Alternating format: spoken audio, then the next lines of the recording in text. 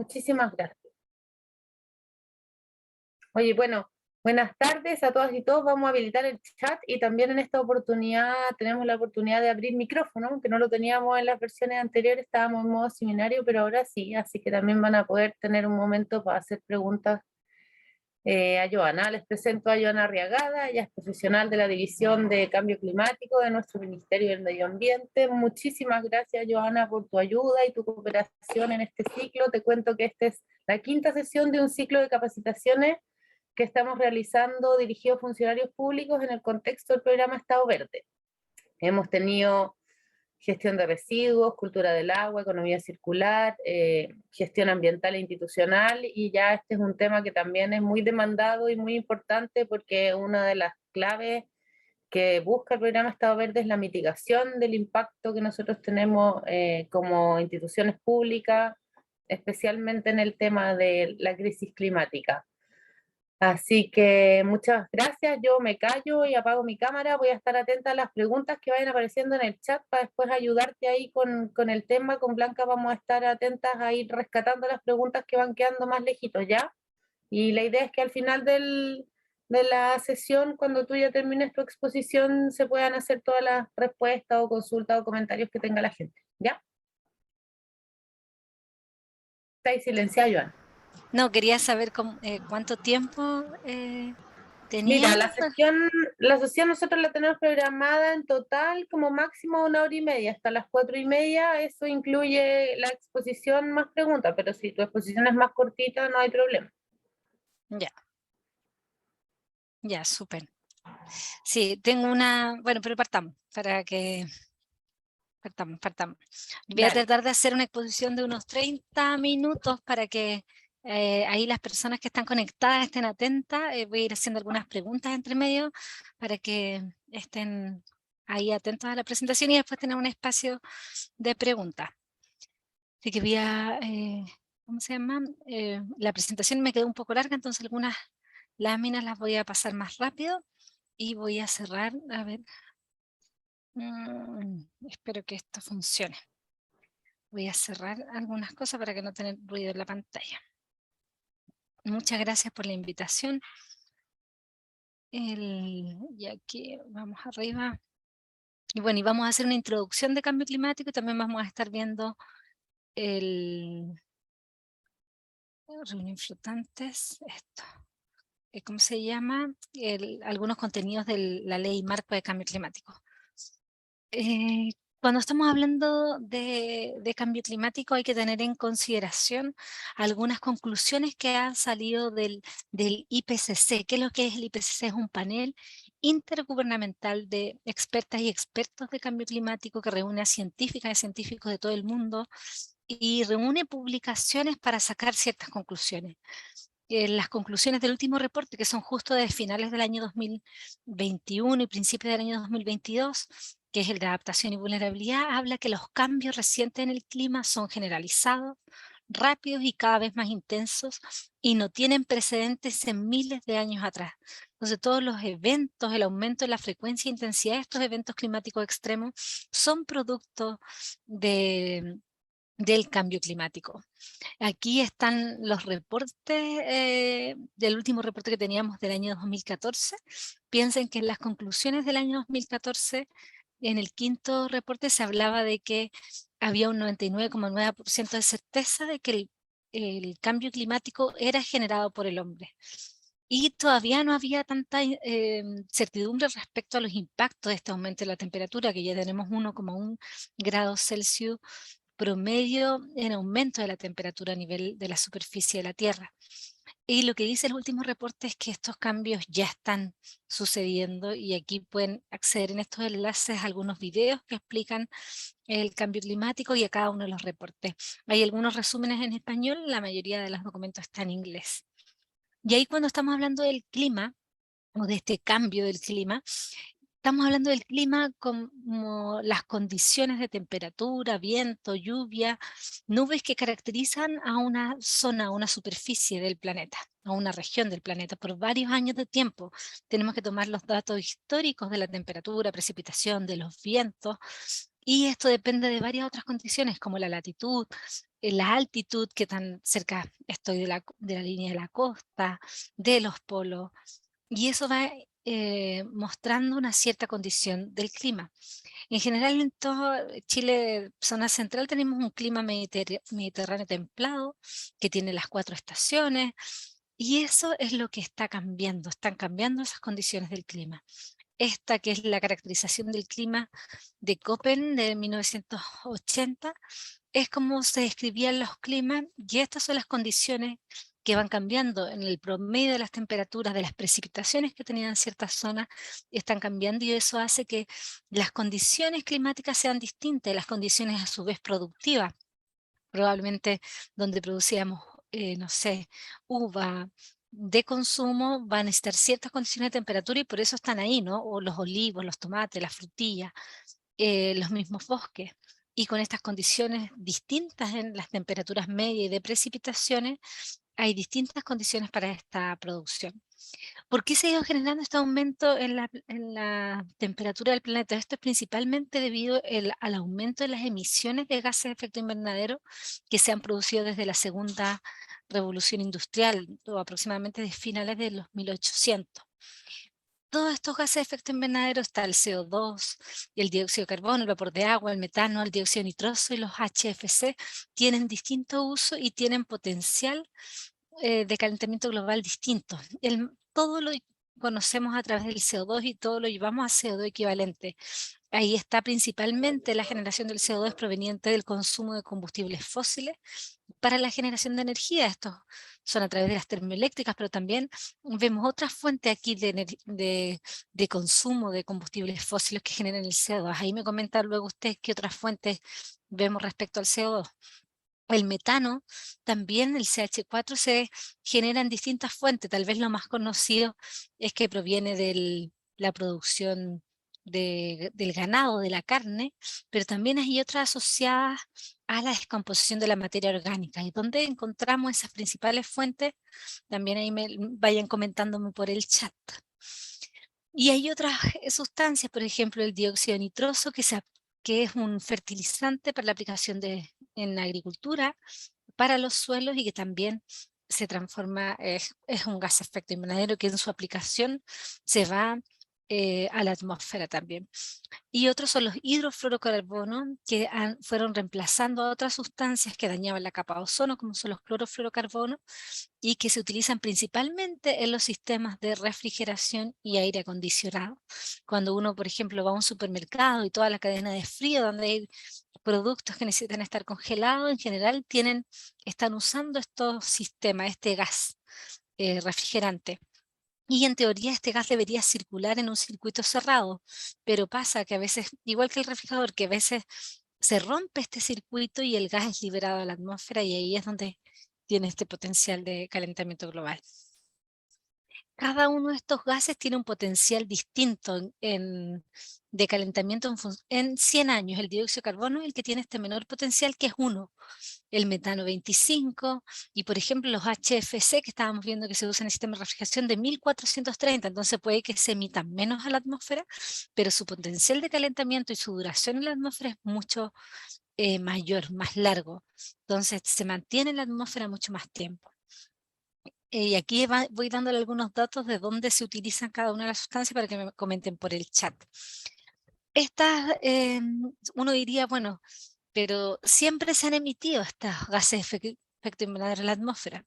Aquí uno puede ver este gráfico que va desde hace 800 miles de años atrás, que nos muestra cuáles son los niveles de concentración de dióxido de carbono en la atmósfera. Y vemos que en general, desde hace 800.000 años, estábamos entre los 180 y 280, acá máximo estaba hasta los 300 hace 350.000 años atrás. Pero ¿qué pasa? A partir de 1950, que es posterior a las revoluciones industriales, piensen que los gases de efecto invernadero no es que hagan el efecto inmediato, sino que se empiezan a acumular en la atmósfera, se empieza a disparar, y ahora tenemos un nivel de casi cerca de 420.000 partes por millón de CO2 en la atmósfera. Y esto se debe a las actividades humanas que tienen relación a la emisión de gases de efecto invernadero. Piensen que si nos vamos a la prehistoria, digamos, no teníamos ningún tipo de consumo de este tipo de combustibles fósiles. A medida que nos fuimos desarrollando, se generó la rueda y después comenzamos a descubrir el carbón, a generar fuentes de, ¿cómo se llama?, automóviles, de transporte, distintos medios de transporte, y fuimos desarrollando y aumentando nuestro consumo también de energía y de estos combustibles fósiles. Entonces eso hizo que fuéramos aumentando el nivel de concentración de CO2 en la atmósfera. Cuando revisamos hoy día, justamente se presentó el nuevo inventario de gases de efecto invernadero de Chile al Consejo de Ministros para la Sustentabilidad y el Cambio Climático, así que ya vamos a tener de aquí a fin de año publicada la serie de 1990 al 2020, que vamos con 2 años de retraso, pero aquí tenemos la serie hasta el 2018. Lo que vemos aquí sobre la línea del cero son las emisiones de gases de efecto invernadero a nivel nacional. Y bajo la línea de cero, ahí ustedes me comentarán por el chat, no sé si me están comentando, por favor háganme una señal, son las absorciones o capturas. Y en esta línea negra vemos la suma de las emisiones menos las capturas. Y vemos cómo el balance de nuestras emisiones de gases de efecto invernadero ha ido aumentando en esta línea de tiempo. Y, por ejemplo, aquí en el año 2017 tuvimos un pic de emisiones. Tal vez alguien nos podría comentar ahí por qué estará ese pic en ese año en particular. Vemos que la distribución de estas emisiones son principalmente asociadas al consumo de combustibles fósiles para la generación de energía, que es cerca del 50% de las emisiones para el año 2018, y esto tiene que ver con la generación de energía a partir de combustibles fósiles, pero también con el consumo de los medios de transporte de combustibles fósiles. Por otro lado tenemos al sector UTCUTS, que es el cambio de uso de la tierra como uno de los grandes emisores, agricultura con la aplicación de nitrógeno, procesos industriales que son aplicaciones muy específicas, la industria del automóvil, la minería, y un 4% asociada a la gestión de los residuos, al metano que se genera en la gestión de los residuos orgánicos. Aquí vemos un pequeño video de cómo ha evolucionado de cómo ha evolucionado la temperatura del planeta. Están colores más azules y que ha disminuido en 2 grados Celsius la temperatura, y cuando nos acercamos a colores rojos fuerte es que aumentó a 2 grados Celsius la temperatura. Partimos el gráfico en 1880, llevamos 1960, 70 y comienzan a aparecer estos colores amarillos. Y cuando nos acercamos a la actualidad vemos cómo este aumento de la temperatura se hace sostenido en todo el planeta, y solamente hasta el 2018, pero ya teníamos un aumento de 1 grado Celsius y ahora ya tenemos un aumento de 1,1 grados Celsius de la temperatura promedio del planeta. Ahí pareciera que como que 1 grado Celsius no lo notamos, pero tenemos que considerar que es la temperatura promedio del lugar. Entonces, por ejemplo, si la región de Coquimbo tiene una temperatura promedio, no sé, anual, no tengo un número exacto, pero por ejemplo de 21 grados Celsius, y Valparaíso tiene de 20 grados Celsius, es ese grado la diferencia que estoy haciendo, o sea, es la temperatura promedio del clima que tiene una región en comparación con otra. El último reporte del IPCC hablaba de que estos últimos cambios no tienen precedentes en millones de años. Entonces, por ejemplo, vemos que, por ejemplo, la concentración de CO2 es el nivel más alto en los últimos 2 millones de años. La tasa del aumento del nivel del mar es la más rápida de los últimos 3.000 años. Tenemos el nivel más bajo en al menos los últimos 1.000 años respecto al área de hielo polar, y el retroceso de los glaciares no ha tenido precedentes en al menos los últimos 2.000 años. Y se han visto a nivel global, ya no solo en Chile, digamos, distintos eventos climáticos extremos como son las olas de calor, las olas de frío, y con su consecuente impacto en la salud, en el aumento, por ejemplo, de los incendios forestales, que además generan la pérdida de biodiversidad y de sus servicios ecosistémicos, eventos de lluvias intensas que generan además aluviones y remociones en masa, inundaciones en distintas áreas del territorio, la acidificación y la pérdida de oxígeno que genera un cambio en la distribución de las especies en el océano, y una sequía. En algunas partes hay aumento en las precipitaciones, en otras partes, como es gran parte del territorio nacional, hay una proyección de una disminución de las precipitaciones y unas mayores sequías que generan estrés respecto a la disponibilidad de agua potable en los ecosistemas y en los procesos productivos. La Convención Marco de Naciones Unidas sobre cambio climático, aquí ya pasamos a la respuesta, es del año 94. 92, Chile la ratificó el año 94 y establece como un último objetivo el estabilizar las concentraciones de gases de efecto invernadero en la atmósfera a un nivel que impida interferencias antropógenas y peligrosas en el sistema climático. E indica que deberíamos cumplir esto en un plazo suficiente para permitir que los ecosistemas se puedan adaptar naturalmente y asegurar que la producción de los alimentos no se vea amenazada y permitir el desarrollo económico. Esto ya está desde el 94 y Chile ratificó la convención, como les decía, en el año 94. Luego tuvimos el protocolo de Kioto, que estableció obligaciones para los países desarrollados de limitar sus emisiones de gases de efecto invernadero, pero no así, los países en desarrollo no tenían ninguna obligación.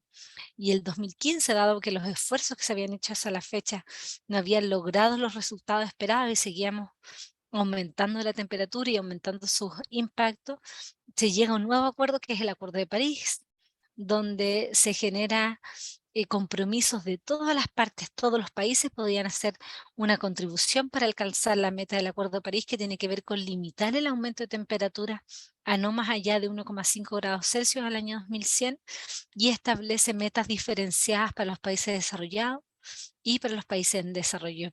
Pero es una invitación a que tanto los desarrollados y en desarrollo generen esfuerzos para reducir las emisiones de gases de efecto invernadero.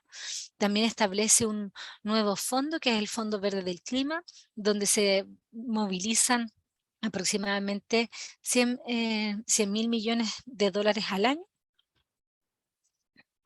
y establece un objetivo de emisiones que es alcanzar un pic de emisiones tan pronto como sea posible, y que para el 2050 se espera alcanzar la neutralidad de emisiones. Ahí sí me pueden comentar qué entienden por esta neutralidad de emisiones. Y este acuerdo entró en vigor el año 2020 y debe revisarse, lo que establece que cada país establece un compromiso a nivel nacional para alcanzar esta meta, y estos compromisos se revisan y actualizan cada 5 años. Todo esto, por supuesto, está en línea también con la Agenda 2030 de Desarrollo Sostenible, donde hay un objetivo específico, que es el 13 de Acción por el Clima, que promueve la adopción de medidas urgentes para combatir el cambio climático, su efecto, y que además está relacionado con los otros 16 ODS. Se establece que Chile es un país vulnerable porque cumple como con 6 de las 9 condiciones que establece la Convención Marco para definirnos como país vulnerable. Por un lado tenemos áreas de borde costero de baja altura, tenemos también áreas montañosas, hay una alta susceptibilidad a los temas de desastres naturales, y hemos visto con los aluviones en Atacama, con el tema de los incendios forestales en la zona central del año 2017, con diversos eventos de inundaciones y aluviones que se han producido tanto en el norte como en el sur. Tenemos zonas urbanas con problemas de contaminación atmosférica, tenemos distintos climas, zonas áridas, semiáridas y de bosque, tenemos estos 2 cordones montañosos y áreas propensas a la sequía. Y uno que no lo cumplimos 100% es que no somos un estado insular, pero tenemos una gran cantidad de superficie de archipiélagos y territorios insulares. Y para esto se han planificado acciones de adaptación en diversos sectores. La ley establece en 14 sectores, ahí los vamos a ver. Para analizar los impactos del cambio climático en el futuro, se generan unas proyecciones de las precipitaciones y las temperaturas hacia el futuro. Entonces acá tengo algunos datos en que se proyectó la temperatura y las precipitaciones al año 2065, con apoyo del Centro de Resiliencia del Clima, el CR2, Y, por ejemplo, una de las conclusiones es que la temperatura promedio podría aumentar en casi 3 grados Celsius al año 2065 y que las precipitaciones van a disminuir en casi un 10% para el 2065 en todo el territorio nacional. Y bueno, y hemos visto, o sea, cuando hacemos comparaciones, hay cambios, por ejemplo, en los glaciares, cuando comparamos entre el 31 y el 2016, esto es del cambio en el Cerro Torres del Paine, vemos eventos de marejadas, por ejemplo, que en el caso de Chile continental no tenemos problemas del aumento propiamente tal del nivel del mar, pero ¿por qué no tenemos ese problema? Porque tenemos además la actividad tectónica en que la parte superficial continental va creciendo, entonces vamos subiendo y eso hace que el aumento del nivel del mar nos vaya siguiendo. Pero sí tenemos un cambio en la altura y dirección de las olas y en la frecuencia e intensidad de los eventos de marejada. Ahí tenemos, por ejemplo, el caso de los incendios del año 2007. Y aquí, por ejemplo, tengo un dato como de la pandemia, que el estar en lockdown o encerrados por largos periodos de tiempo, en cuarentena, por ejemplo, estos son los datos del consumo de combustibles, de combustible, y en algún momento empezó aquí el año 2020 a bajar este consumo, a bajar, a bajar, a bajar, a bajar, y no seguía el mismo ciclo de años anteriores. Esto era como el consumo diario de las mayores generadoras de energía de Estados Unidos, de las 6 mayores generadoras. Entonces, si bien la pandemia tuvo muchos impactos negativos en términos económicos, en términos de la salud mental de las personas, por el lado de las emisiones de gases de efecto invernadero, al detener un poco el mundo, se veía esta baja en el consumo, por ejemplo, de los combustibles fósiles. Y esto también se vio con los niveles de contaminación de dióxido de nitrógeno, por ejemplo, en la misma ciudad donde partió la pandemia, donde tienen permanentemente, o por lo menos en las épocas de enero y febrero, altas concentraciones de este contaminante en micromoles por metro cuadrado, casi aquí en las zonas más altas de mayores a 500, y cuando estaba la pandemia tuvieron niveles de casi cero o muy cercanos a cero de estos contaminantes. Entonces, también el movilizarnos menos genera menos gases de efecto invernadero y también genera menos emisiones de otro tipo de contaminantes. Por ejemplo, en el efecto acá de los incendios forestales, estos son estudios que también había en Estados Unidos, en un área específica, esto era, parece que en Florida o no me acuerdo en el estado específico, pero estos son los focos de incendio que se generan en el estado en un tiempo específico, en la temporada de calor. Y cuando estaba la pandemia, al haber menos movimiento de personas, había menos riesgo de que se generaran incendios del inicio del incendio. Esta es una comparación de 2 temporadas. O sea, es comparar la temporada de abril del 2020 con la comparación del 2012 al 2019. Entonces, los humanos también generamos algún riesgo a, a nuestros ecosistemas, ¿no? Y ahí decir que, claro, el cambio climático por sí solo no genera los incendios forestales, pero genera tal vez las condiciones ideales para su propagación, que es lo que nos pasó el año 2017, pero el foco inicial del incendio en general es generado por los humanos. Lo que hace el cambio climático es generar las condiciones específicas de condiciones de sequía, que allá hay terrenos muy secos, genera una ola de calor, vientos en algunos casos que hace que se propaguen de muy fácil, muy fácil. Ahora, ¿cómo enfrentamos el cambio climático? Esto lo hacemos principalmente a través de 2 tipos de acciones, a través de acciones de mitigación, que cuando estamos hablando de cambio climático es algo enredada la palabra, pero estamos hablando de reducir las emisiones de gases de efecto invernadero o aumentar las capturas. Y esto tiene que ver con, no estamos hablando en este caso de mitigar los riesgos del cambio climático, sino de reducir las fuentes de emisiones de gases de efecto invernadero y aumentar la capacidad de almacenamiento. Y ahí se pueden hacer acciones en diversos sectores. Podemos hacer un uso eficiente de la energía, cambiarnos de fuente energética, de usar una fuente proveniente de combustibles o del gas, del carbón, a utilizar, por ejemplo, a pasar a la calefacción de agua sanitaria con termosolares, por ejemplo, que sería una forma de consumir energía que no tiene emisiones de gases de efecto invernadero. Y por el lado de adaptación, lo que hacemos es identificar cuáles son los cambios que va a traer en el clima, en las condiciones de temperatura, precipitaciones, en nuestros territorios, superficies a donde vivimos, y hacer acciones para evitar que esos cambios generen impacto y tal vez aprovechar beneficio en algunos casos. Y todo esto está acompañado también de acciones transversales que le llamamos medios de implementación, que tienen que ver con el desarrollo y transferencia de tecnología, tanto para mitigación y adaptación, el desarrollo de capacidades y el empoderamiento climático y financiamiento. Y aquí tengo algunas imágenes de ejemplos de acciones de mitigación. Hay algunas que aportan a las dos cosas. Por ejemplo, cuando hablamos de medidas de eficiencia energética, estamos disminuyendo el consumo finalmente de energía asociado a las fuentes de combustibles fósiles.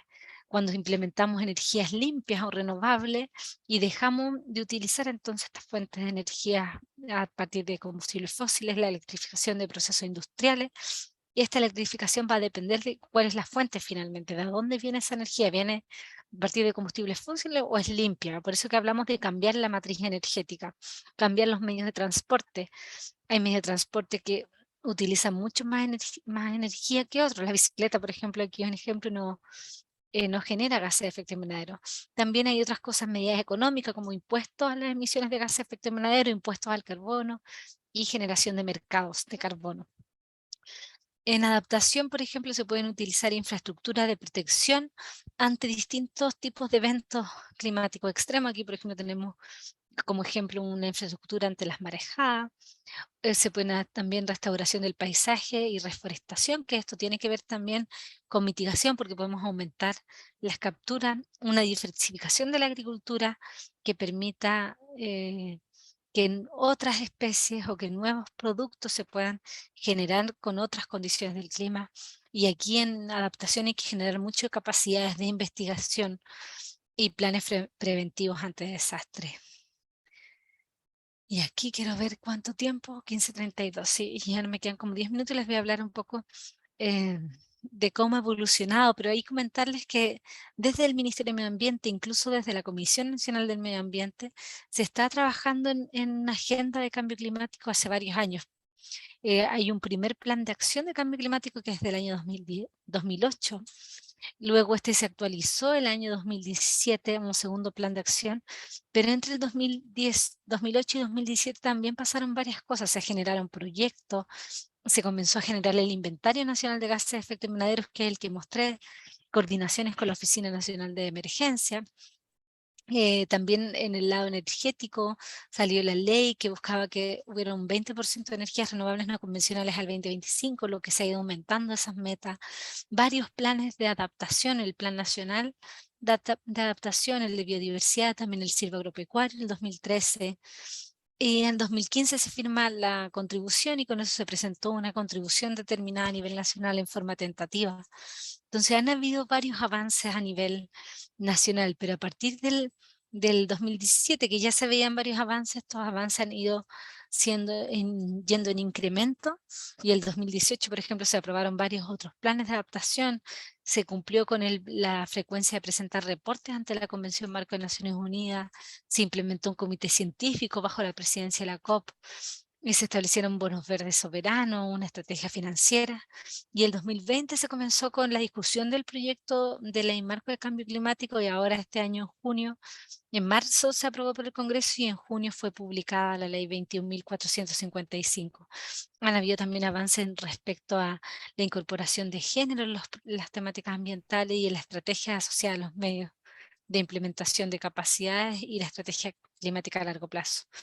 Y lo que hace ahí el proyecto de ley marco es que se tramitó a nivel de discusión legislativa todo el tiempo en suma urgencia y establece una meta de carbono neutralidad y resiliencia al 2050 que nos permita hacer frente a los desafíos del cambio climático y transitar hacia un desarrollo bajo en emisiones de gases de efecto invernadero. y reducir la vulnerabilidad al cambio climático. Define una meta nacional de mitigación de carbono neutralidad y también una de adaptación con indicadores de agua. Define cuáles son los instrumentos de gestión de cambio climático de largo, mediano y corto plazo. La incorporación de cambio climático en otras políticas, por ejemplo, los instrumentos de planificación territorial, temas de financiamiento, instrumentos económicos, sistemas de información, y también define el cómo nos vamos a coordinar y a trabajar en temas de la coordinación entre instituciones con facultades y obligaciones específicas de ciertos actores, sectores, tanto a nivel nacional, sectorial como regional. ¿Cuáles son los instrumentos de gestión del cambio climático que definen? Define como primero la meta que ya revisamos, esta meta de carbono neutralidad y resiliencia. Reconoce que cada 5 años se presentan las contribuciones que le llamamos NDC por las siglas en inglés, pero que son los compromisos nacionales de mitigación y adaptación que cada país hace ante la Convención Marco de Naciones Unidas y que se actualizan cada 5 años. La nuestra que está vigente es de abril del 2020 y también reconoce la estrategia climática a largo plazo que define objetivos y metas tanto sectoriales como regionales y locales y que se actualiza cada 10 años. Y esta se publicó en noviembre del año 2021. A nivel sectorial define que estos sectores, energía, transporte, minería, agricultura, salud, infraestructura, vivienda, recursos hídricos, turismo, pesca y acuicultura, borde costero y biodiversidad, van a tener que hacer planes sectoriales de mitigación y o adaptación, con acciones y financiamiento para lograr las metas sectoriales. Son 7 sectores asociados a mitigación y 11 adaptación. Y a nivel regional y local establece los planes de acción regionales de cambio climático y los planes comunales de cambio climático. Y además de los planes de estratégicos de gestión de cuenca que son coordinados por la DGA, la Dirección General de Agua del Ministerio de Obras Públicas. Esos son todos los instrumentos que define, además de integrar los medios de implementación como un medio de implementación de la estrategia climática a largo plazo. Entonces, todos los instrumentos, tanto nacionales, sectoriales, regionales, comunales, tienen que integrar acciones de desarrollo y transferencia de tecnología, desarrollo y empoderamiento climático y financiamiento. Y además define un sistema de monitoreo, reporte y verificación con varios sistemas de información y un reporte de acción nacional de cambio climático que hay que elaborar cada 2 años.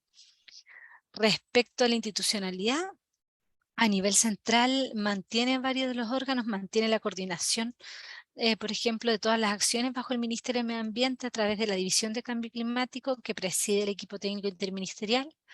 Amplía el Consejo de Ministros para la Sustentabilidad integrando al Ministerio de Ciencia, el Ministerio de Educación y denominándolo y de Cambio Climático. Crea y oficializa la creación del Comité Científico Asesor para el Cambio Climático con 9 científicas y científicos de representación a nivel regional, o sea, y a nivel nacional que representan todo el territorio. Amplía también el Consejo Nacional para la Sustentabilidad y el Cambio Climático, el Consejo Consultivo del Ministerio de Medio Ambiente que teníamos, integrando a representantes de los jóvenes, y establece que todos los instrumentos de gestión del cambio climático se van a hacer con procesos participativos además. Reconoce el ETIC, que ya venía el equipo técnico interministerial de cambio climático que reúne a todas las instituciones públicas que trabajan en la temática, que ya venía trabajando del año 2015, luego de la aprobación del Plan Nacional de Adaptación. Y bueno, y entrega responsabilidad a los ministerios que están a cargo de la elaboración de los planes de mitigación y adaptación. A nivel regional están los comités regionales de cambio climático, que los voy a mostrar acá, que están presididos por el gobernador regional, donde participa también el delegado presidencial, y lo conforman las CEREMIS, que son parte del Consejo Ministro de Cambio Climático, y además con 2 representantes de la sociedad civil y 1 más municipio de las acciones municipales. Y las seremías de medio ambiente son la Secretaría Técnica. Son presididos por el gobernador regional, quien además en octubre de cada año deben rendir una cuenta pública ante el Consejo Regional, que debe ser transmitida públicamente a cargo del GORE, y establece también el Consejo Consultivo Regional tendrá derecho a voz, que se mantiene el mismo consejo de la Ley de Bases Generales del Medio Ambiente, que tienen que haber procesos participativos y que van a haber mesas territoriales que integran representantes de la sociedad civil y grupos vulnerables. Y aquí establece que los municipios son quienes tienen que hacer los planes comunales de cambio climático e integrar cambio climático en las ordenanzas asociadas. establece como responsabilidad que los comités regionales de cambio climático tienen que elaborar los planes de acción regional de cambio climático, definiendo acciones y estrategias de financiamiento para su implementación en función de los instrumentos a nivel nacional.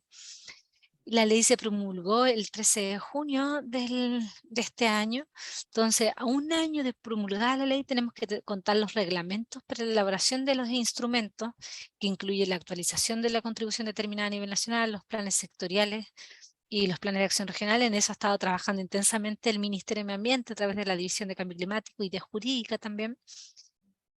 A 2 años tienen que estar elaborados los planes de mitigación y adaptación, que son responsabilidad de los diversos ministerios, de 12 carteras, y a 3 años de publicada la estrategia climática a largo plazo, es decir, en octubre del 2024, tenemos que contar con los 16 planes de acción regionales. Y a 3 años de promulgada la ley, es decir, en junio o a finales de mayo del 2025, tenemos que contar con todos los planes de acción comunales. Además, establece sanciones respecto a estos plazos.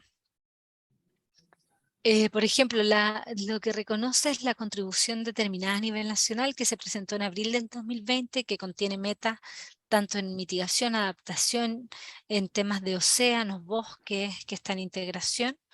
Y además esto integró un pilar social de transición justa, que es muy conectado con los principios que tiene la Ley Marco de Cambio Climático, donde están, por ejemplo, de transición justa, equidad, igualdad de género, soluciones basadas en la naturaleza, que tienen que permear todos estos compromisos, el de participación y conocimiento.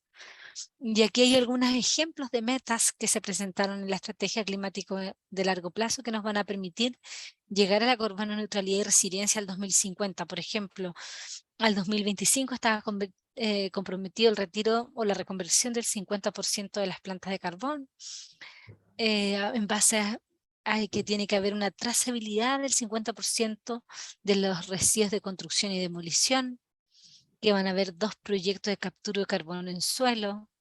Todo esto al 2025. Al 2030 se espera tener 1 millón de hectáreas en restauración a escala paisaje, que 15 a 30% de las especies amenazadas cuenten con un plan recoge, que las ciudades de más de 100.000 habitantes cuenten con un plan maestro ciclo inclusiva. Y por ejemplo acá tenemos al 2040 que las aguas servidas tratadas para la reutilización sea 30% de las que se descarguen al mar. También tenemos un 35% de reducción de emisiones de uso de combustible en el sector residencial. Y al 2050, voy a leer aquí algunos, un 100% de las comunes con más de 50.000 habitantes cuenten con un plan de infraestructura verde, que el 40% de las ventas de vehículos sean de cero emisiones y que el 100% de taxis eléctricos al 2050. Y creo que esa me la... Y bueno, lo que se espera aquí es la línea que está arriba, son la proyección de las emisiones de gases de efecto invernadero, que es nuestro escenario de referencia, porque hemos ido aumentando paulatinamente o continuamente nuestras emisiones de gases de efecto invernadero. Pero lo que necesitamos ahora es cambiarnos a esta línea verde, que es disminuir nuestras emisiones a partir del año 2025 para alcanzar la carboneutralidad, que se fijan no llega a cero. ¿Por qué no llegará a cero esa carbono neutralidad? Entonces lo que tenemos acá, que es la meta establecida de la contribución determinada, es la cantidad de emisiones que podemos emitir de aquí al año 2030. Es como el colchón de emisiones que se pueden generar en la atmósfera para todavía cumplir con las metas que tenemos propuestas a nivel nacional. Y la diferencia entre esta línea roja y la verde es la cantidad de medidas de mitigación que tenemos que implementar.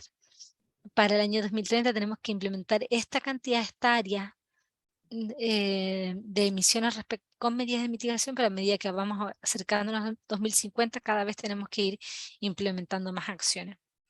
La ley también establece que hay que integrar criterios de cambio climático en diversos instrumentos de ordenamiento territorial, en los de gestión y riesgo de desastre que coordina ONEMI, el sistema de evaluación de impacto ambiental, el sistema de registro y transferencia de contaminantes.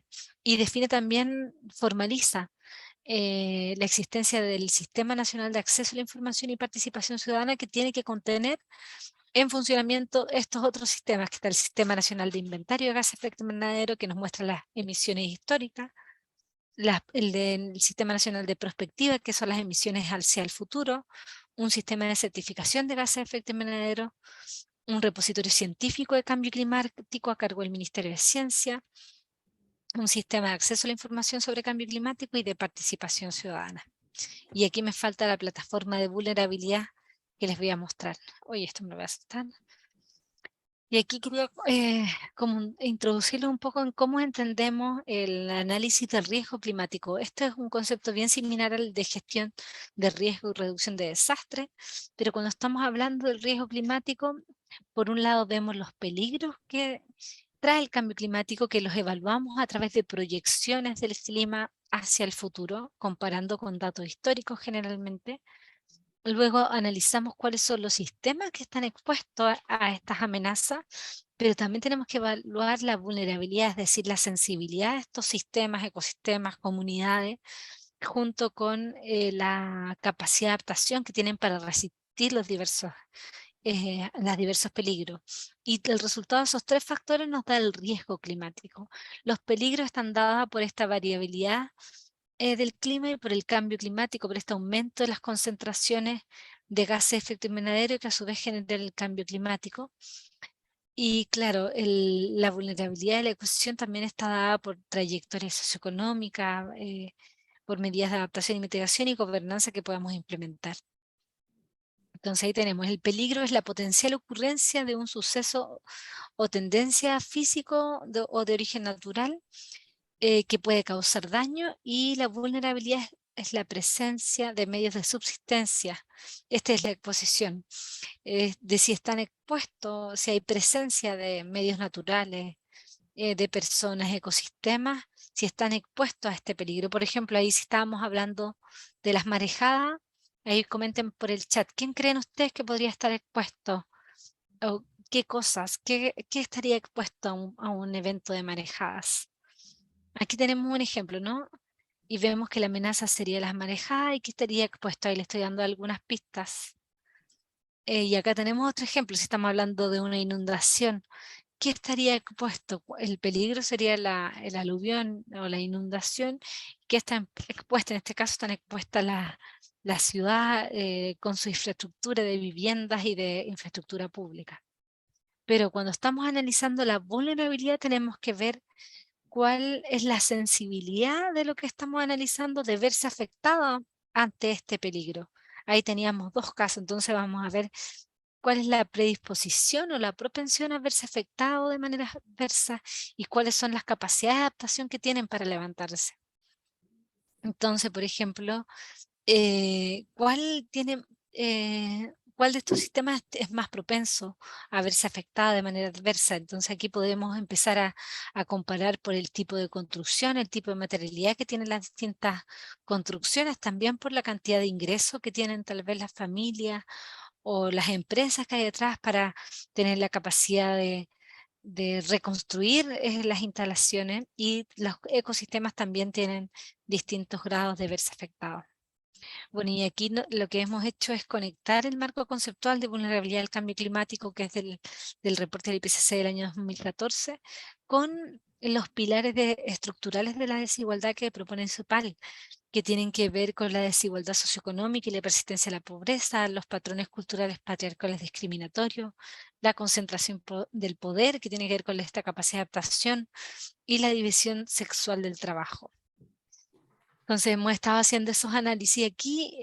Pueden entrar a la plataforma del Atlas de Riesgo Climático para ver algunos análisis que se han hecho utilizando este marco conceptual del riesgo climático. Aquí, por ejemplo, en el primer mapa vemos el cambio en las precipitaciones anuales acumuladas. Acá está el cambio en la acumulación de nieve.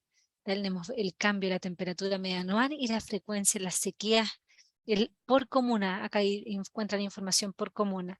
Y aquí tenemos un zoom a la región metropolitana, donde podemos ver el cambio de nieve anual acumulada para la región metropolitana, donde hay lugares que tenemos menos 100% y en otros disminuye en toda la región, en algunos casos con menos 16% y en otros con menos 100%.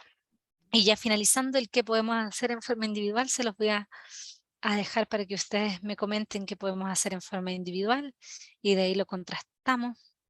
Y solo para ir finalizando, comentarles que cada grado importa y cada año importa. Cada decisión que tomamos de manera personal, a nivel organizacional, importa. Y si no actuamos ahora, estamos aumentando la carga de las próximas generaciones. Limitar este calentamiento global ahora a 1,5 grados Celsius no es imposible, pero requiere de políticas firmes e inmediatas que estoy segura que pueden tomar desde sus instituciones. Y ahí es una frase de Valerie Manson, que en octubre era co-chair del grupo de trabajo de bases físicas del cambio climático en el IPCC. Y ahí muchas gracias, voy a dejar de compartir y ver si hay preguntas. Me gustaría ver si hay gente al otro lado para resolver las preguntas. Gracias, Joana. Sí, hay varios comentarios, bueno, hartas respuestas a las inquietudes que planteabas ahí. Perdón, me cambié de locación, porque tengo a mi hija media chuki a esta hora. Habían varios comentarios respecto a las preguntas que planteabas y todo, así que muchas gracias. Yo en particular quiero partir y tomarme el micrófono para hacer una pregunta. A ver, nosotros tenemos esta meta de carbono neutralidad al 2050 como país, ¿cierto? Que tiene que ver en el fondo como todos los sectores aportan a esta carbono neutralidad. Y desde la perspectiva del sector público, nosotros ya tenemos como un dictamen de Contraloría respecto de que con recursos públicos no podemos hacer compra de bono de carbono. Por lo tanto, como que las instituciones públicas hoy día no pueden acceder a la carbono neutralidad a partir de la compra de bonos de carbono como una de las acciones de mitigación. Entonces, mi pregunta es si existe alguna gestión en ese ámbito que se esté evaluando como para obtener recursos, porque, por ejemplo, yo sé que por lo menos la Subsecretaría de Energía y el Ministerio de Vivienda y Urbanismo están trabajando con estrategias climáticas internas, ¿cierto? Que buscan también como carbono neutralidad institucional. Entonces mi pregunta es, ¿cómo se puede lograr carbono neutralidad sin ese aspecto fundamental de los bonos, que es como el que te pone el delta de lo que no lograste mitigar?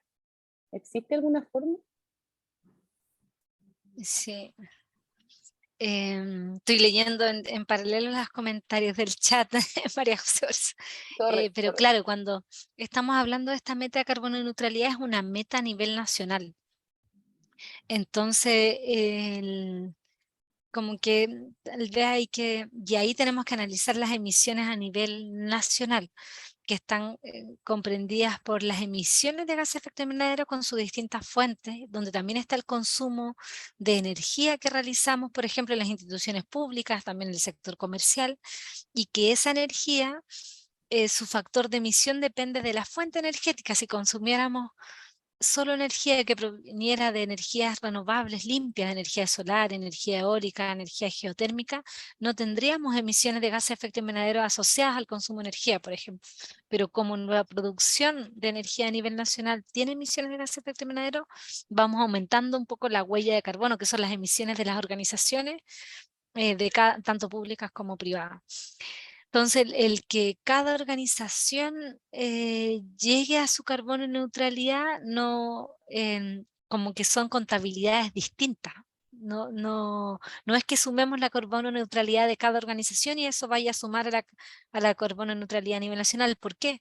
Porque a nivel nacional tenemos una fuente de sumideros y de absorción que es muy importante y que no necesariamente la tenemos a nivel organizacional. Ahí, a ver si me ayudan por el chat. ¿Cuál será esta fuente que nos permite absorber el CO2 de la atmósfera? Y que en Chile tenemos la suerte y somos un país privilegiado respecto a estas fuentes de sumideros que nos van a ayudar a cumplir con esta carbono neutralidad, y no necesariamente tenemos esa misma facilidad a nivel organizacional, porque a nivel organizacional estamos hablando en general de una instalación o de varias instalaciones que no necesariamente no tienen una captura. Si a cada una de estas organizaciones le asociáramos una captura, podríamos utilizarlo, pero son contabilidades distintas. Oye, vi varios comentarios que hay respecto al bromuro y metilo, y yo llevo hartos años trabajando en cambio climático, pero antes tuve un pasado en el protocolo de Montreal. Entonces, claro, comentarles que efectivamente el protocolo de Montreal lo que hace es controlar el consumo de las sustancias agotadoras de la capa de ozono, pero el consumo está entendido como las importaciones menos las exportaciones. Entonces, probablemente todavía hay, ¿cómo se dice esto? Stock. Hay todavía, podemos encontrar stock de bromuro de metilo a nivel nacional o de otras sustancias que agotan la capa de ozono, pero que a nivel de los inventarios ya se consideró como emitida a la atmósfera. Entonces, lo ideal es evitar el uso de esas sustancias porque siguen generando daños en la capa de ozono, pero el protocolo de Montreal sí logró cumplir las metas porque ya no se permite su importación desde hace varios años, ¿ya? Y bueno, y tuvimos en algunos años, como muy antiguo, como el año 2005, unas multas asociadas al incumplimiento de ese protocolo. Pero el bromuro metilo no tiene un potencial de calentamiento global, que es lo que estamos analizando ahora. O sea, no tiene un potencial no lo puedo transformar a toneladas de CO2 equivalente, porque no es una sustancia que tenga un potencial de calentamiento global. Ya, eso para comentarle, y tenemos que seguir haciendo los esfuerzos para dejar usarlo y reemplazarlo, idealmente con métodos naturales. Y ahí me contestaron, Fernanda, sí, ahí, aplausos. Así pueden prender algunas cámaras para sentir que había gente detrás Oye, de la sí, también presentación. tienen la Pero- posibilidad de activar las cámaras, no las tienen activadas, pero sí los micrófonos, ah, así sí, que los si alguien micrófonos. quisiera Ah, gracias. comentar, sí, no sé Bueno, cuál fue el pero problema que ahí, tienen. sí, yo sigo leyendo los chats, pero claro, Fernanda habló, claro, yo les mostré, ¿no?, el gráfico de las emisiones de gases de efecto invernadero y teníamos un pic de emisiones en el año 2017.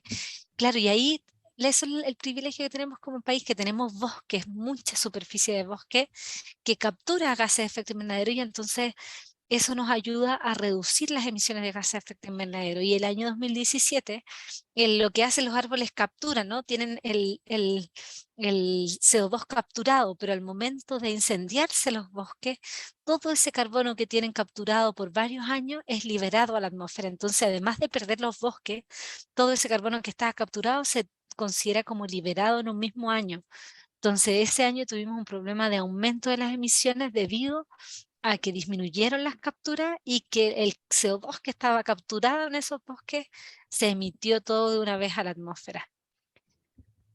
Y bueno, y aquí sigue y claro, y el bromuro de metilo no está regulado por el protocolo de Kioto por ahí, sí por el protocolo de Montreal, ¿ya? Porque no es un gas efecto invernadero, no así con otras sustancias que agotan la capa de ozono, que se usan en el sistema de refrigeración, que fueron reemplazo a otras que agotaban la capa de ozono. Aquí sigue el protocolo corto y aquí. Hola, yo estoy analizando un proyecto de título y creo que el objetivo de esta energía al 2030 es reducir el consumo energético y aumentar la utilización de energías nuevas. Claro, las acciones que se han realizado desde energía es aumentar la generación de energía, cambiar nuestra matriz energética. El 75% de nuestras emisiones es responsabilidad del consumo de energía. ¿Pero por qué? Porque el consumo de energía es a partir de combustibles fósiles, es decir, de las termoeléctricas. Entonces, una de las principales medidas es avanzar en el cierre de las plantas de generación termoeléctricas, pero con criterios de transición socioecológica justa, o sea, viendo qué va a pasar con las poblaciones que trabajan ahí, las comunidades que viven alrededor de estas plantas. Entonces ahí hay también un problema que se genera social y económico. Pero además de eso es generar medidas y que el consumo de energía que tengamos sea a partir de fuentes limpias, como energía solar, y ahí Chile ha sido uno de los países pioneros en aumentar el aumento. Tenemos grandes potenciales de energías limpias, entonces lo ideal, y por ejemplo, ahora que está el conflicto en Europa con el gas proveniente de Rusia, Europa se vio que depende 100% de ese insumo energético. Entonces, entre más diversificación tengamos de las fuentes energéticas, mucho mejor. Eso, tanto para las industrias como a nivel doméstico y también de las instituciones del Estado. Y por eso que esas medidas se hacen a nivel nacional y el consumo energético que tiene cada organización depende de cuál es la matriz energética a nivel nacional. Entre más energías renovables vamos a tener menores factores de emisión y la idea es que el 2050 sea 100% energías limpias, que dejemos de utilizar energía a partir de combustibles fósiles. Eso es un gran desafío, por ejemplo, para el transporte, porque eso implica que también los autos, autobuses, microbuses, motos debieran avanzar a ser eléctricos para que no consuman combustibles fósiles. Es un cambio de la forma en que vivimos hoy día. Y claro, siguen ahí con la capa de ozono, y ahí, claro, comentarles que como que se genera una concentración de átomos de cloro en la atmósfera que genera que este efecto del agujero de la capa de ozono lo podamos visualizar como entre finales de julio y principios de octubre. Entonces, un periodo, y en los últimos años, debido a las acciones que se han hecho por el Protocolo de Montreal, este agujero que veíamos en este periodo en la Antártica se ha ido disminuyendo. Entonces, ese es un caso de un convenio exitoso donde se ha logrado a nivel global generar medidas para disminuir el agujero. Y claro, hay alguna relación con cambio climático, porque al haber este agujero hay mayor aumento o mayor ingreso de calor a la Tierra. Y también podría ser un efecto que aumente la temperatura, pero es por un periodo de tiempo donde está. Y ahí yo les pregunté, claro, ahora les pregunté quiénes estaban expuestos a las marejadas, y ahí me contestó, gracias Hugo. Hugo, claro, está todo el borde costero, no expuesto cuando hay marejada, las casas de las personas, también las áreas de playa. No sé si han fijado que ha cambiado el sedimento de las arenas o de las playas en ciertos lugares que habían arena más fina y luego se van transformando a más rocosos. Eso también ha sido efecto de las marejadas. Sí, los bordes costeros es peligroso por la cantidad de casas y edificios tan cerca, y ahí es donde yo le decía que va a depender también del tipo de construcción eh, que, que, que esté expuesta, ¿no? Del tipo de materiales, los bordes costeros en general. Se han realizado obras para proteger el borde costero, que luego viene una marejada y destruye completamente esas obras. Entonces también tenemos que estar siempre estudiando y buscando las mejores soluciones, y tal vez tratando de utilizar también soluciones basadas en la naturaleza. Tal vez la infraestructura de protección podría ser un bosque y no necesariamente una infraestructura gris, por ejemplo, o un bosque de algas. También he visto esos ejemplos. Estos análisis es conveniente que se haga a nivel de la participación ciudadana para que tomen conciencia a partir de las personas. Si tienen conocimiento de esto, podrían contar a su familia y niños para crear conciencia. Sí, ahí yo les pido a cada uno de ustedes que estaban escuchando hoy día la charla, como van a tener disponible la presentación, que la puedan replicar en sus instituciones. Tiene que ver con generar conciencia, pero también con implementar la ley marco de cambio climático, que varias de sus instituciones tienen obligaciones específicas. Por ahí vi que está Hacienda, que está a cargo de la estrategia financiera, por ejemplo, y hay varias instituciones públicas que tienen que elaborar planes sectoriales de mitigación a nivel regional. Sus seremías van a participar de la elaboración de los planes de acción regional, y a nivel comunal los municipios están a cargo de hacer los planes comunales de cambio climático.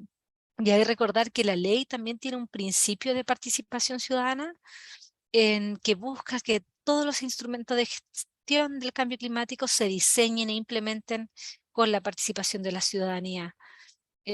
Sí que también es algo que considera también este Sistema Nacional de Acceso a la Información y Participación Ciudadana. Muchas gracias, pero se tienen que ir.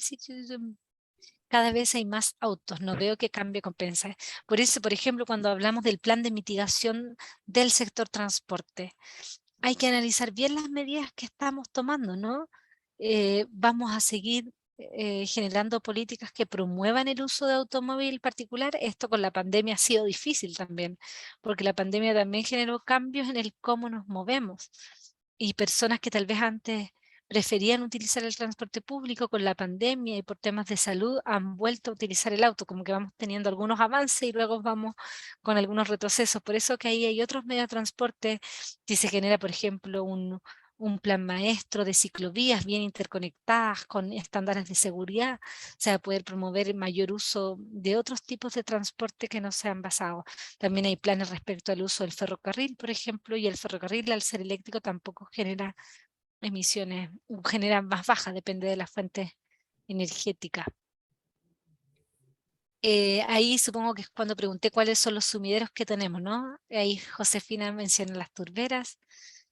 Y la capa de ozono sigue creciendo. Ahí, Miguel, si me puedes complementar tu pregunta. No, no lo logro. ¿Te estás refiriendo al agujero de la capa de ozono o a la capa de ozono en sí? Pero ¿qué hay de las industrias mineras, que son las que contaminan más? Y ahí hay un tema con cambio climático, porque claro, hay contaminantes locales que generan impactos directos en la comunidad y las personas, pero en el caso de las emisiones de gases de efecto invernadero, cuando uno ve el panorama general, la minería tiene algo de la responsabilidad por las emisiones de gases de efecto invernadero, pero es relativa al consumo de energía y relativa a algunos procesos industriales muy específicos que no están necesariamente conectados con las emisiones directas que pueden ser manejadas a través de un plan de descontaminación atmosférica, por ejemplo. Entonces ahí tenemos que diferenciar. Hay como impactos de distintos tipos de industria, no solamente la minera, que son directos al entorno, y hay otro que tiene que ver con las emisiones de gases de efecto invernadero. Y ahí la minería, por esta demanda de energía para sus procesos, es que entra como un emisor y con algunos procesos bien específicos que nos generan estos otros tipos de impactos más directos.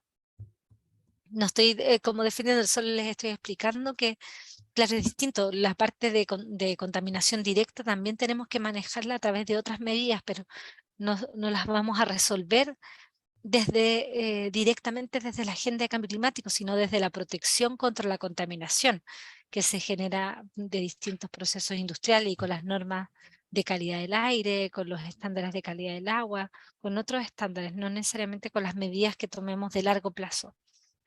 El Museo de Historia Natural, uy, qué ganas de ir para allá. Juan, saludos al Museo de Historia Natural, ahí se puede hacer alguna exposición de los impactos del cambio climático o de temas ambientales.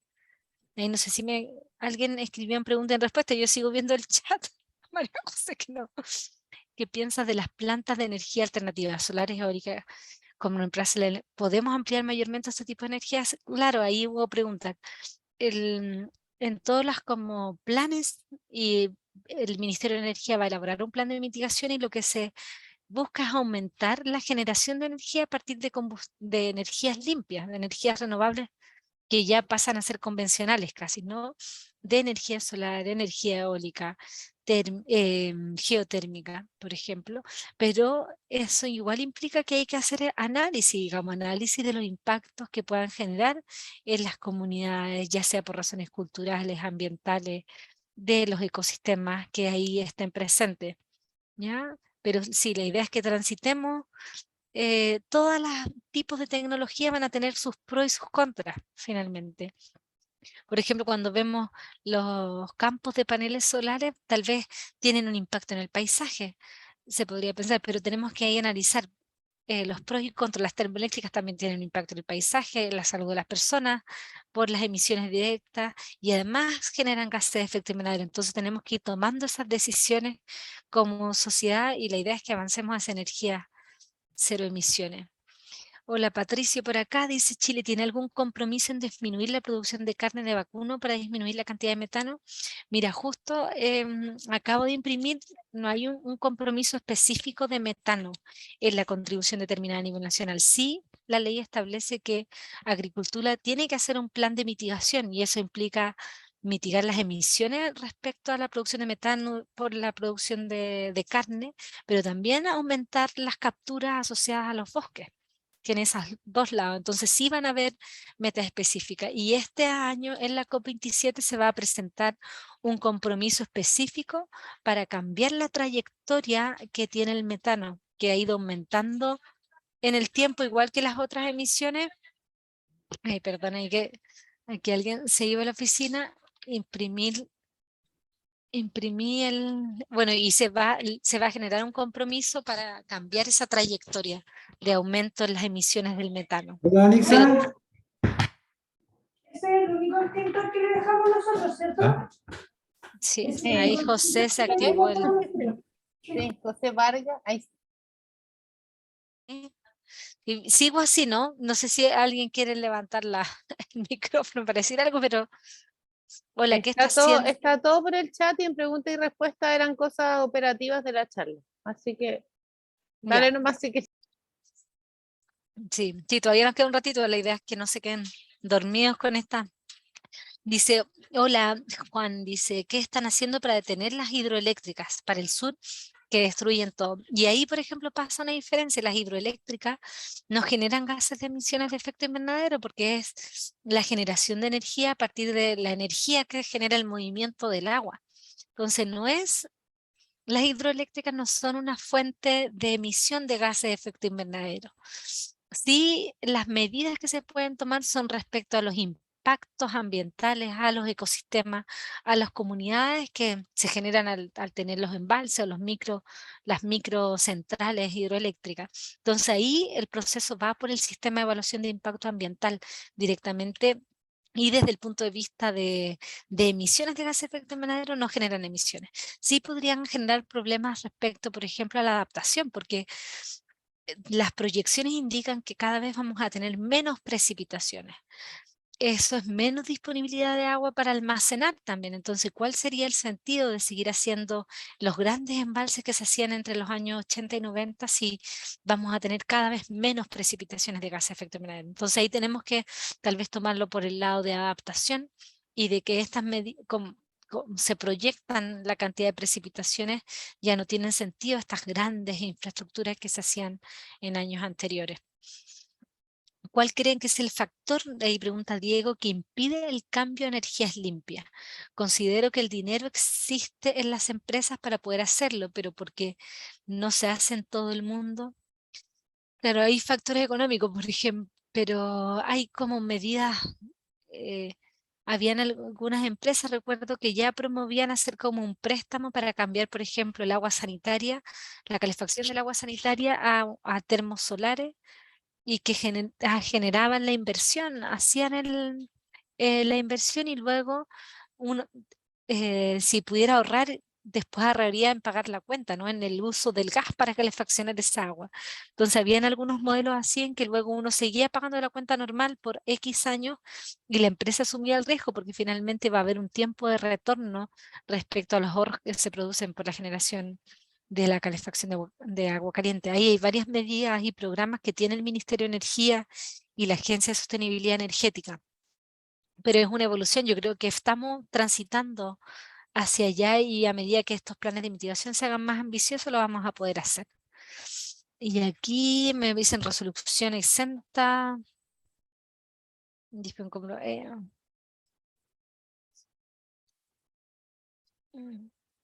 Ahí, si Miguel Andrade, ¿me puedes comentar algo más de lo que querías decir de esta resolución exenta? Claro, habían algunas aplicaciones exentas. Eso se sigue aplicando y además se promueve que lo aplique en otros países, algo que a nosotros primero nos obligó el USDA y se sigue aplicando hasta el día de hoy en Chile. Y ahora estamos obligando a Perú, o sea, nosotros no estamos disminuyendo, no sé por qué las estadísticas no lo reflejan. Sí, Y ahora me acordé. desgraciadamente la capa de ozono sigue creciendo. Tampoco es que se acabó el problema. Es porque hay un problema que está relacionado con el cambio climático, con enfriamiento y calentamiento en la parte alta de la atmósfera. Entonces, eso no ha sido resuelto. Claro, claro, ahora sí me acordé que hay un uso como exento que es el para prevenir que ingresen como plagas al país, pero ahí la capa de ozono como que se ha ido fortaleciendo y este agujero ha ido disminuyendo porque el Es que bromuro no es metilo lo que dice la investigación, el agujero no se está debilitando, sigue mal. Y nosotros no sigue, pero claro, pero estamos mucho más privilegiando la pequeño. cuestión del negocio por sobre la salud, porque estamos promoviendo el uso de bromometilo en los países vecinos, no solamente en el nuestro, que lo hemos adoptado así ya desde los años 90 con Estados Unidos, que nos obligó a esto. Pero ahora le decimos a Perú que tiene que, si quiere exportar algo a Chile, tiene que hacer lo mismo. En vez de hacer una inspección en origen, que es más cara, pero obviamente es la solución, pues si no, no podemos hacer lo que se nos ocurra. Gracias, Miguel. Mira, sobre ese punto voy a tratar de contactar a las colegas que ven el tema, porque así tan específico de esta resolución no la conozco, sino voy a contestar algo que nada que ver. Pero sí voy a también compartirles algunos antecedentes que muestran cómo ha ido evolucionando la recuperación de la capa de ozono, porque eso sí, si bien sigue existiendo el agujero, pero se ha ido disminuyendo en el tiempo debido a que se ha hecho un plan integral para disminuir el consumo de todas las sustancias. No solamente el bromometilo, también los clorofluorocarbonos que tenían un potencial gigante de agotamiento. Aquí dice José Vargas, en la región de Punta Arenas, qué bonito por allá, es una región de viento, lluvia, pero en estos últimos años tenemos déficit de agua, sobre todo en los humedales. El cambio climático que no está afectando a la comunidad se nota en nuestra región y subió la temperatura. Eso es lo que son las conclusiones del reporte del IPCC, justamente eso, que en el 2014 se proyectaba un aumento en estas proyecciones, en estos eventos climáticos extremos y en el cambio del clima, pero lo que tenemos en el reporte es que estos cambios ya los estamos viendo en distintos puntos del planeta, en distintos puntos de nuestro territorio, que las temperaturas medias han aumentado. Y en el caso de Chile las disminuciones también han ido disminuyendo y no se proyecta que volvamos a los niveles normales. Este año tuvimos de alguna manera como un invierno de San Juan, diríamos, ¿no? Como que tuvimos un invierno, por lo menos en la zona central, mucho más lluviosa, en la zona sur, pero eso es un punto dentro del periodo. Y ahí está. Y en Erika, de ahí se dice que en Puerto Montt está el mar muy adentro y la arena está gruesa y sucia. Y claro, y ahí también tenemos que tener acciones prácticas, ¿no? Por ejemplo, la limpieza de las playas y de promover como buenas prácticas ambientales.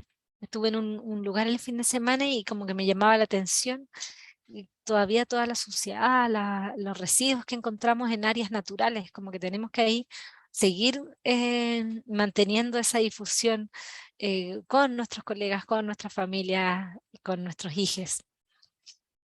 Dice, a pesar, Beatriz, de los 1000 buses eléctricos que hay en Chile de transporte público y la política para otros tipos de vehículos de transporte urbano, sigue siendo demasiado costosa la compra de un vehículo particular, además del cargador y sobre todo los impuestos que son actualmente desincentivos a la compra. Hay una política en preparación respecto a la... Sí, no, yo que desconozco, no hay una política en relación a esto, siempre hay como que están en resistencia, digamos, los temas económicos con los temas ambientales, pero el plan de mitigación del sector transporte hay una estrategia de la electromovilidad. Esa es la política que tenemos actualmente, pero ahora con la ley el Ministerio de Transporte tiene que elaborar su propio plan de mitigación y adaptación al transporte. Entonces, de seguro que van a tener que considerar algunas medidas para que se pueda promover el uso de buses y automóviles eléctricos. Y ahí, claro, comentar que de todas maneras el consumo de electricidad de un bus eléctrico o un auto eléctrico el día de hoy, el factor de emisión proviene de la matriz energética que tenemos y si nuestra energía sigue proveniendo de combustibles fósiles, de todas maneras no es que al usar un bus eléctrico o un auto eléctrico tengamos cero emisión, porque depende de cuál es esa fuente de energía y en nuestro caso nuestras fuentes de energía todavía no son 100% carbono neutral. Y ahí tomó el punto Miguel del bromuro metilo, que hay varias cosas, se las voy a retomar a las colegas. Y en la región de Punta Arenas se está instalando la empresa HIT, Combustibles Sustentables. Ahí yo me quedé pegada, parece. Por el contrario, se castiga. ¿Cuál es el estado de la capa de ozono? El agujero se mantiene grande. Ahí hay algunos datos de la capa de ozono. Claro, y ahí hay una relación, pero no es tan directo. Sí, muchas gracias Alejandra y yo creo que ahí ya terminaron las preguntas. ¿Qué sucede con los rellenos sanitarios que no dan abasto en las ciudades grandes y se los están traspasando a las más pequeñas? Lo que sucede a Rengo, una ciudad de residuos de empresa. Claro, ahí por ejemplo, principalmente debido a la descomposición de la materia orgánica en los rellenos sanitarios es que se genera el metano. Entonces, las acciones como más ciudadanas que se pueden realizar es al menos separar los residuos, usarlos para compost, que vamos a ir disminuyendo estas emisiones de gases de efecto invernadero, pero tenemos que hacer una gestión más adecuada y ahí está la ley REP, la ley de responsabilidad extendida al productor, que tiene varias metas asociadas. Yo creo que eso se puede ver en otra charla. Las emisiones de metano están aumentando. Sí, por eso que se va a hacer este anuncio en la COP27 de aumentar la ambición respecto a las metas de metano. Y ahí creo que ya terminé la última. Beatriz, sería muy interesante también generar incentivos en el Estado para renovar flotas fiscales con vehículos eléctricos. Hace algunos años se realizó un levantamiento para agregar demanda, sin embargo no había novedades. Que sepa yo algo así para públicos, no hay algo. Pero sí hay que como tratar, yo creo que partiría al menos cuantificando la huella de carbono, cuáles son las emisiones de gases de efecto invernadero que tienen cada una de las organizaciones, para identificar cuáles son las fuentes de gases de efecto invernadero y cuáles son los cambios que tengo que hacer a nivel organizacional. Y a nivel de cada institución analizaría también la ley marco de cambio climático para que puedan identificar claramente cuáles son las responsabilidades asignadas a sus instituciones, y para que puedan hacer una mayor difusión respecto a esas acciones que se tienen que tomar, porque la ley lo que busca es transversalizar el cambio climático en el quehacer del Estado y que podamos cambiar la forma en que nos estamos desarrollando al final. Lo que busca es generar, con esta meta de carbono neutralidad, hay asignaciones de cantidades de emisiones a cada sector para de aquí al 2030 que no pueden superar. Y eso implica que tienen que hacer acciones obligadamente para reducir las emisiones y también para adaptarnos a los distintos impactos del cambio climático. Y muchas gracias, qué bueno que te gustó la presentación. Y ahí creo que María José ya alcancé a leer todos. Y muchas gracias, Joana. Ahí como reflexión final un poco es cierto. Está difícil la cosa y tenemos hartos temas que se mencionaron, la producción de carne, ¿cierto? El tema del metano, el tema de que hoy día los servicios públicos no se nos autoriza presupuesto para tener flotas eléctricas. Y es cierto, y es un camino que se sigue trazando y se sigue avanzando, pero recordar siempre que el cambio nace en nosotros, en nuestros hábitos. Ahí está el verdadero cambio. Ni toda la tecnología ni toda la plata del mundo va a combatir la crisis climática como lo vamos a hacer nosotros como personas, habitantes, ciudadanos, funcionarios y funcionarias también, en nuestros hábitos de consumo, etcétera.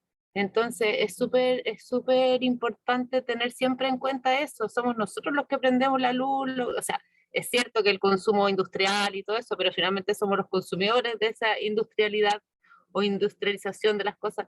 Entonces es súper importante pensar siempre que nosotros somos ahí actores relevantes en este escenario como personas que habitamos un territorio que es vulnerable al cambio climático, altamente vulnerable.